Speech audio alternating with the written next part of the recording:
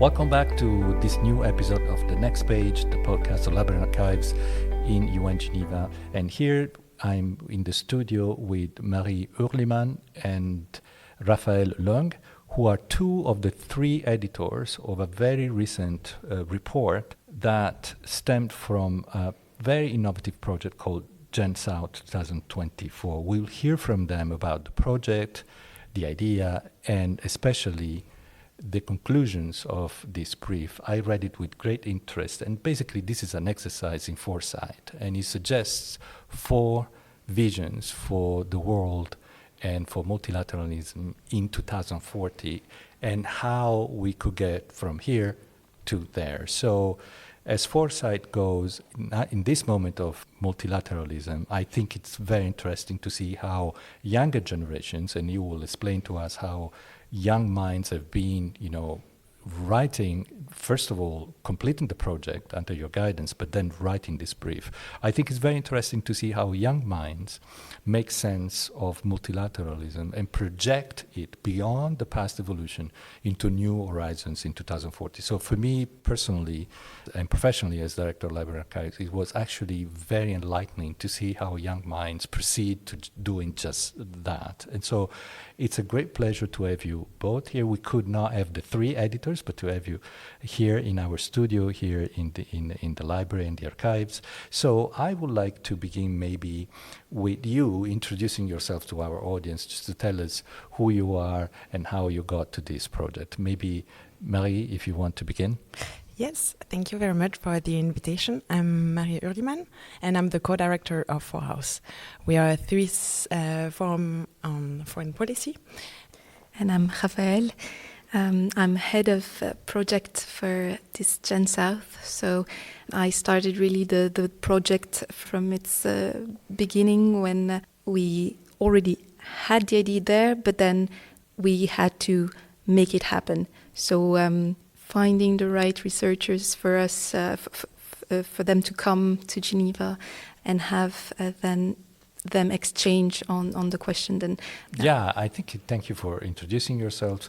We met each other actually in the space that Foraus is, and Foraus is a super interesting initiative here in Switzerland looking at all things multilateral in international relations. So I would like to maybe our audience to understand, before we go to the brief and these visions of the future, what is the original idea of GenSouth as a project, first of all?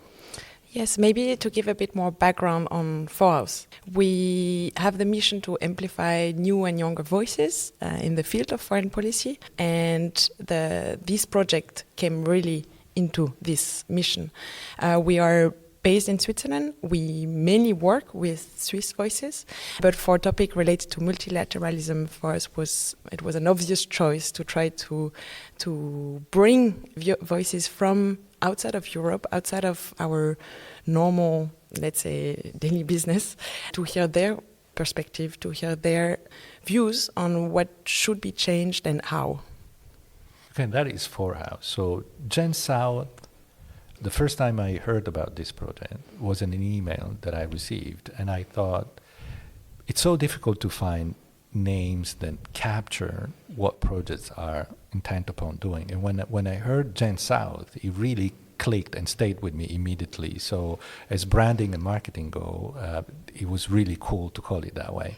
So I'm sure that our audience is interested in knowing a little bit more about this initiative, the project GenSouth. So what is it? Yes, so GenSouth is a project that was created by Foraus, by us, and was made possible thanks to also the Swiss Department of Foreign Affairs, but as well as the International Center for International Geneva, as well as a Geneva-based foundation.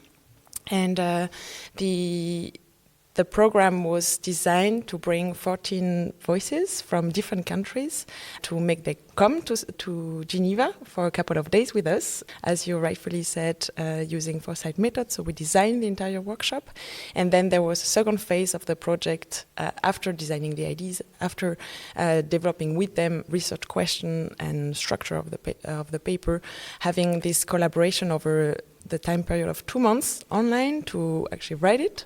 And the publication got published a couple of weeks ago at the end of February 2025. Super interesting. The project, I was there in one of the sessions, actually. It was really vibrant. There was a lot of energy, and I could see all these people from all these young people, actually, from all different walks of life and different horizons, different specialization and backgrounds, working together on these visions of the future. And this is an amazing time for foresight, because there are so many weak signals around, and there are so many things that we used to buy as certainties and narratives that are basically just undoing themselves. And so there is so much space to imagine and reimagine, to adapt and readapt into the future of multilateralism. Yeah, we definitely desperately need it, I think. Especially, envisioning the future, but as well as having space for dialogue among different perspectives and having time to dive in topic, to have time to dialogue, having time to imagine and go outside of what we currently know. It is striking that in the very first page, actually, of the brief, and for our audience, we'll go and click on the link in the notes, so you have direct access to the brief that is open access. But the first page basically say something like, traditional power dynamics and long-established institutions often reflect outdated perspectives. So that is just to set the stage for the foresight exercise. So it's this clean-cut departure from what we have now, and how what we have now is not serving solutions that you consider viable for the future. And on that, I would like to maybe go to the next phase in our conversation, where we could start talking about the brief, because the brief contains these 4 visions. So if you help us understand, maybe I think it would be perhaps useful for the audience that we start with the end. So the 4 visions, the conclusions of the brief. Can you help us, make sense of that? Yes. I said we had 14 participants that worked on 4 different visions in smaller groups. So we have 4 visions in 2040 of how the world could look like. The first one focusing on the reinforcement of international humanitarian law. The second one focusing on South-South cooperation, a new paradigm for it. Then they worked on financial reform for climate finance. And finally, a transformation of the Security Council of the United Nations.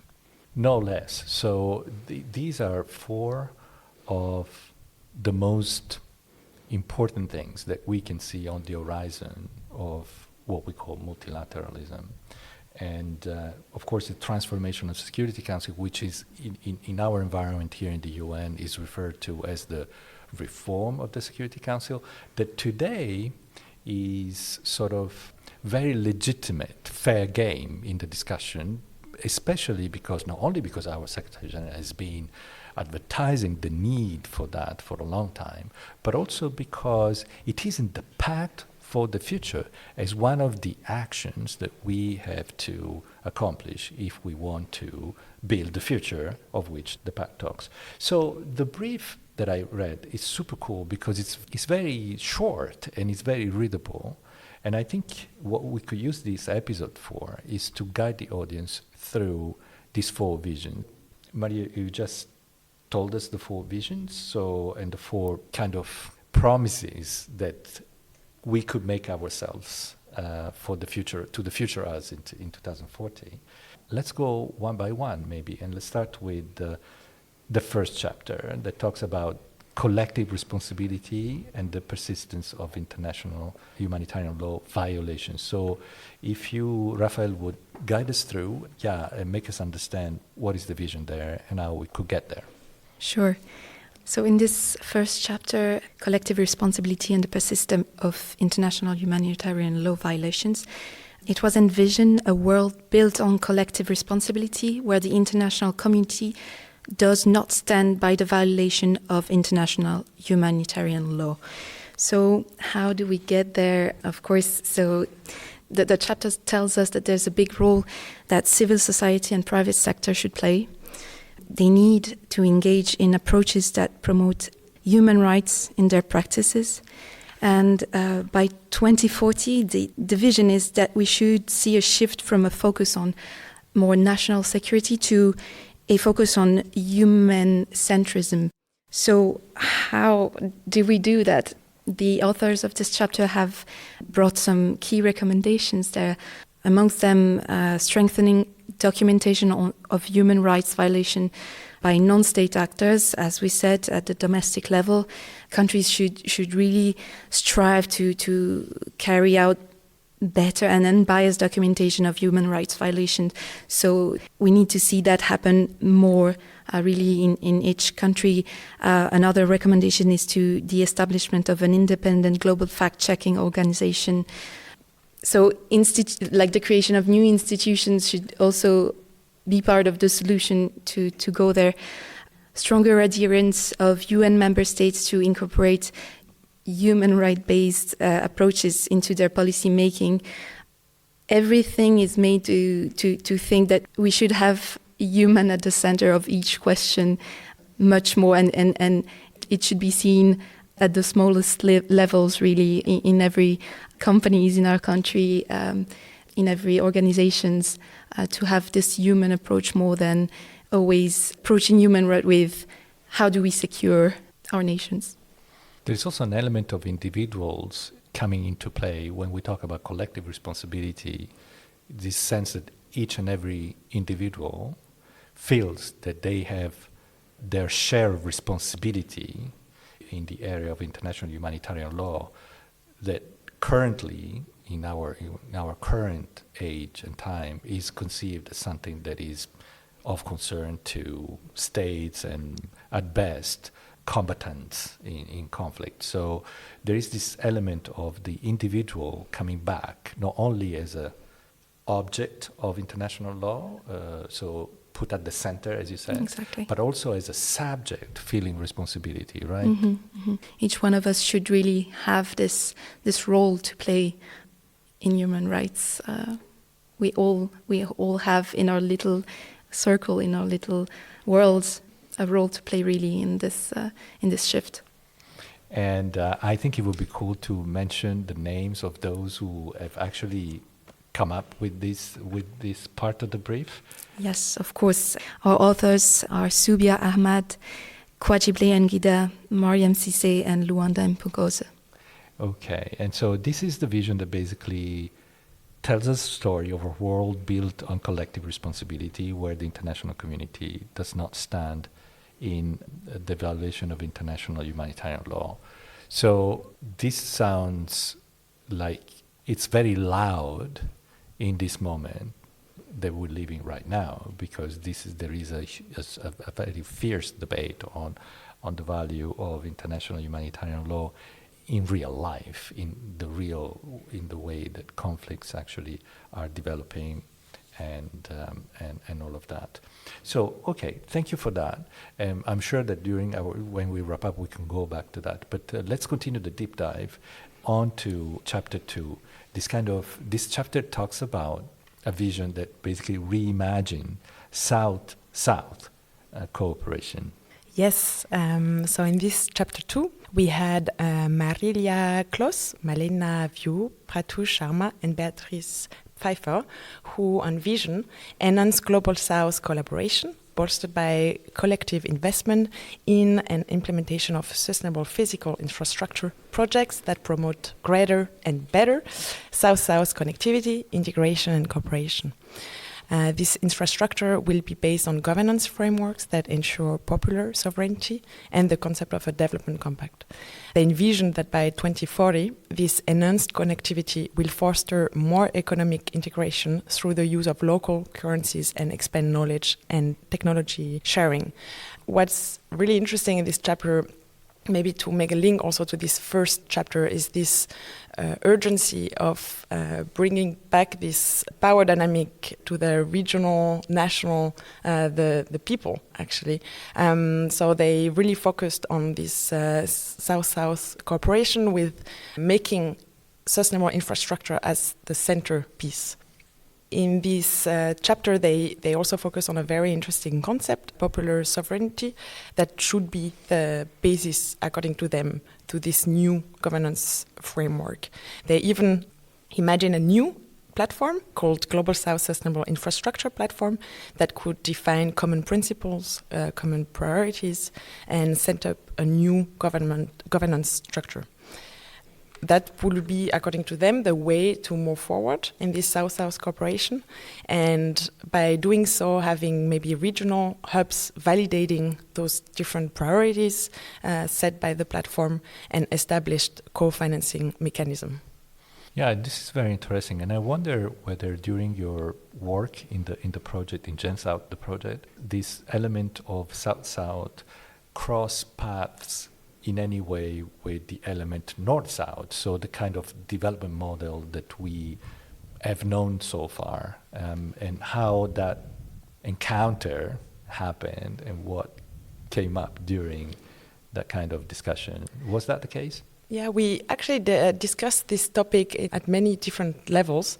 So yes, including topic related to the different subject we talked about, but also more generally among the different participants. But I would love Raphaëlle actually to give us an anecdote on that matter.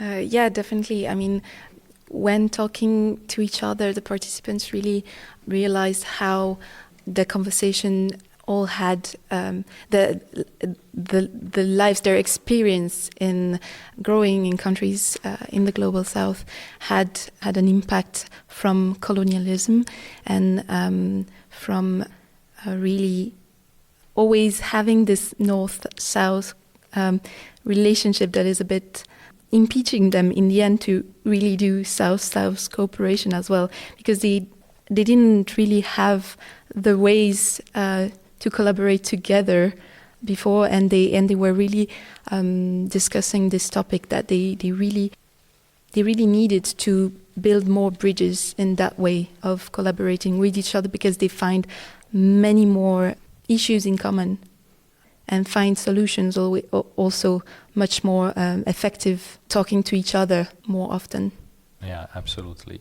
So yeah, that I'm sure that these were very interesting discussions, because those two concepts, when they cross paths, there is always something, very revelatory in that kind of discussion. North-South, South-South, those are also narratives that we carry inside multilateralism that come from a long time ago, like the narrative East and West, for example, and absorbs energy to entertain them.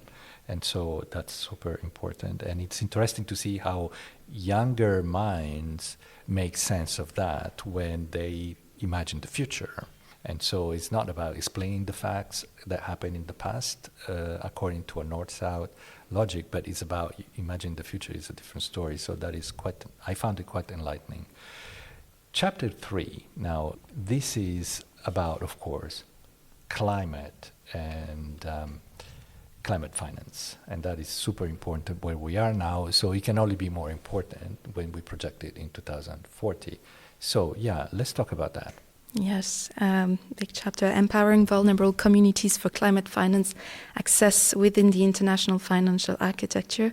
This chapter is proposed by Luis Gabriel Herrera Perez, Paula Lentenberg, Maria Dominica Mediana Rosa Vuti Satrio, and Olumide Onitekun.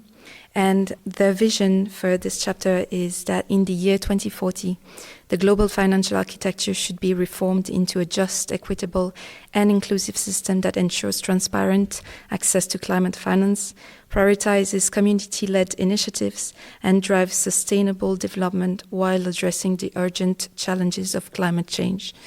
So, of course, this comes from a conclusion that communities across the global south face systemic injustices within the international financial architecture, and so this needs really we need to really reform the multilateral climate funds. That's what they are telling us in this chapter.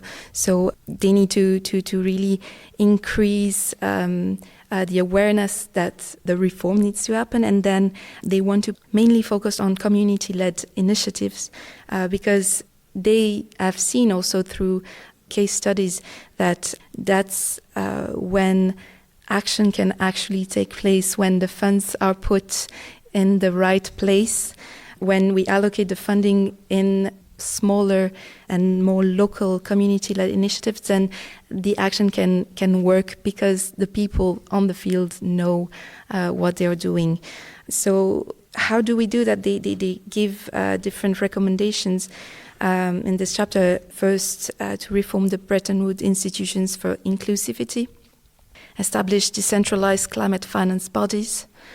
As I said, a community-led climate finance access window to direct really at least 75 of climate finance to vulnerable communities, to really give this power there. They want also to build local and regional capacity, to strengthen the capacity of local governments to take those decisions, and of course ensure transparency and accountability in climate finance. What was striking for me when I came in and meet the participants in GenSouth, that was before the report would be written, was this consciousness that as a young person, they're going to live the entire span of their lives with this issue of climate present in their lives for their entire life, basically. And that struck me as something that is not true for me, for example. So during a large part of my life, that element wasn't there. Of course, it was perhaps, there were others, like, mutual assured destruction kind of theories that were going on in the 70s that I had to make sense of as a young person. But climate change has this capacity of either stimulating our dreams and our visions or actually attack them and destroy them from within. And that is something that was very striking when I met your group. I saw energy and capacity to imagine beyond what's here now, and that was actually very inspiring for me. Yeah, definitely. And also having Gabriel Herrera, who came to our launch event in Geneva when we published this project brief, he was really saying, like, to us, it was still quite a young crowd, but to us, mainly Swiss people, climate change is already there and happening in global South countries and is a reality, and we live with it. And it was striking because they have much more of this experience of how it affects the communities on the ground, and they have also much more ideas and solutions how to live with it, how to work with it. Yeah. Well, thank you for that. And then chapter 4 relates to the fourth vision, a vision in which there is a Security Council transformation. And this is actually very appealing, of course, to a lot of our audience because we're here in the United Nations in Geneva, and so the Security Council reform, as I said before, is part and parcel now of what we call the Pact for the Future. But it's been for decades, the difficult part even to talk about, and then the difficult part to bring about in terms of organizational reform. So let's hear that vision. Yes, Parousia Tlampo Chikpambane and Mohamed Nidal Ezat Lutfi did not have the easiest task, or did not choose the easiest topic for sure, but they developed the vision that UN Security Council reform is central to their vision of a Security Council that reflects contemporary global dynamics, devoid from any hegemonic dominance, and is inclusive of the Global South's collective interests and ensuring that all nations have equal representation and meaningful participation. And they developed different ways to get there, including limited veto power to current members and large council, as well as giving veto power privilege to additional members. What I found also very interesting in this chapter that they really recommend a task force composed by countries that have already advocated for reforms, for instance, Indonesia, South Africa, or Switzerland, to take upon this task and responsibility to transform, as you rightfully said, like really transform this Security Council that have been criticized, but also sort of since decades now. So yes, that's what they develop in these 4 chapters.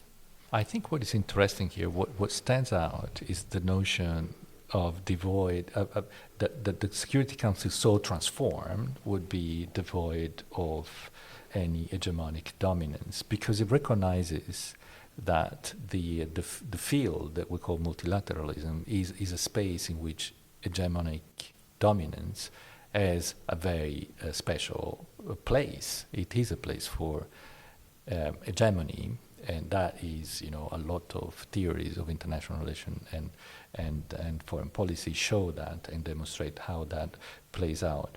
But the vision of this group of younger people actually is one devoid of hegemonic dominance. So it goes, how do you make sense of the drive for inclusivity that is basically everywhere, and it's absolutely, logical. The more the better, right, in terms of when we talk about international cooperation. How do you make sense between that and this characteristic of international relations in which power and the power exerted by nation states is a permanent fixture? So how did it happen in that discussion? Yes, I think this is a very important aspect of actually all four groups. I think this is something that was widely discussed within the different dialogues we had on how not to reproduce power dynamics, how not to create a new council with exactly the same dynamics but with different countries. So that is something that was not only for this chapter particularly important, but I think they all brought this sensitivity on how to think differently, really how to move beyond that, and therefore all of them also look for best practices, maybe sometimes at very local level, but trying to find ways, different ways of collaboration, different ways of creating partnerships, and try to create hope out of it. You said hope, this word. I'm interested in discussing this a little bit. Before we get there, I can almost hear in my headset the voices of a part of the audience say, oh, this is so naive. A world without power dynamics and devoid of hegemonic, behaviors. This is so naive. Do you feel, as young minds yourselves, these voices being dismissive of what you're imagining in the future? How would you respond to that? I do fully listen to those voices. I think it's also very important to have critical feedback on it, but I do not think those are necessarily exclusive. We can have hope, we can have vision, we can have imagination on how it can be different while still being very much evidence-based, very much focused on realities. I mean, we're not talking about participants that went completely out of track. They are researchers, they know what they're talking about, they know the practices they have seen, they know how it can be different. And I think that's very much true for all of them, but also what we stand for at Foraus, to push for evidence-based research, to push for evidence-based arguments. But that's not excluding hope, and I think we do need it. We do need space, and that's why I think this project is also so valuable, is to create this space, to have time to imagine, to really have time to create together with different perspectives. That doesn't mean that they necessarily all agree at the same time. Not necessarily, and that's also not the objective, right? But what I would say to those voices, yes, but I hear it, and I also do think in what we read every day, in what we receive as information, is really, really hard to keep hope, but that's probably also the most courageous way, is to actually keep hope and keep creating together. And Raphaëlle, for you, on the theme of hope, anything you've learned during, you managed the experiment, basically you were there to make it happen, right? And so anything you've learned on hope from these individuals, researchers and brilliant minds that you brought together in Switzerland? Yes, definitely. I mean, you talked about the name GenSouth. It was a bit of a play of word. We use Gen because Gen, we hear it a lot now for younger generation, Gen Z. So the young generation needs hope to not freeze and stay immobilized by everything that's happening. So let's try to give space to this new generation now, this GenSouth that is coming to to Geneva to discuss together. They find new ways, they find new approaches, they try to give other perspectives, because then that's when other ideas come and other hope come as well. Because then if we stay focused and fixed on what we always hear, the same word, the same voices that we hear, then we don't really move and we don't find the hope there, because then we need these new perspectives all the time to find maybe the hope. So for us, really, that was it. Having those people that we don't hear, that was the hope we found in this project. Great. And so GenSouth is a project about the future, and I wonder about the future of GenSouth as a project. What's next? What's next? Well, our first edition was this 2024, and we really think it is needed that we continue with next editions. At the moment, we are closing the 2024 edition, and we are funding for edition 2025. We want to bring a new generation of voices on other topics, maybe the ones that they want to bring forward. So that's where we're at the moment. So the call is out for your funding for that. This is a very good cause to be funding for. So I'm happy that our podcast, repeats that message to our audience. And as we wrap up this episode with both of you, is there any last thought or something you want to leave with our audience that really is important to you as Foraus or GenSouth, or just you as individuals who are so committed to the future of multilateralism? I would probably answer with two things. One, getting back to the hope part, I would definitely see it as at least the message that I would love to stick around.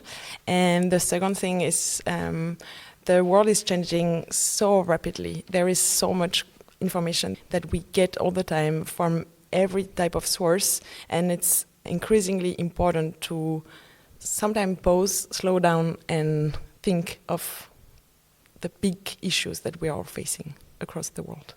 Yeah, for me it would be, and it's something that I'm learning every day also at Foraus, is really to always look for conversation, exchanges with other people, always try to look for new perspective. I would say always look for new perspectives that are out there, because there are many, many good ideas and many things we can learn from each other.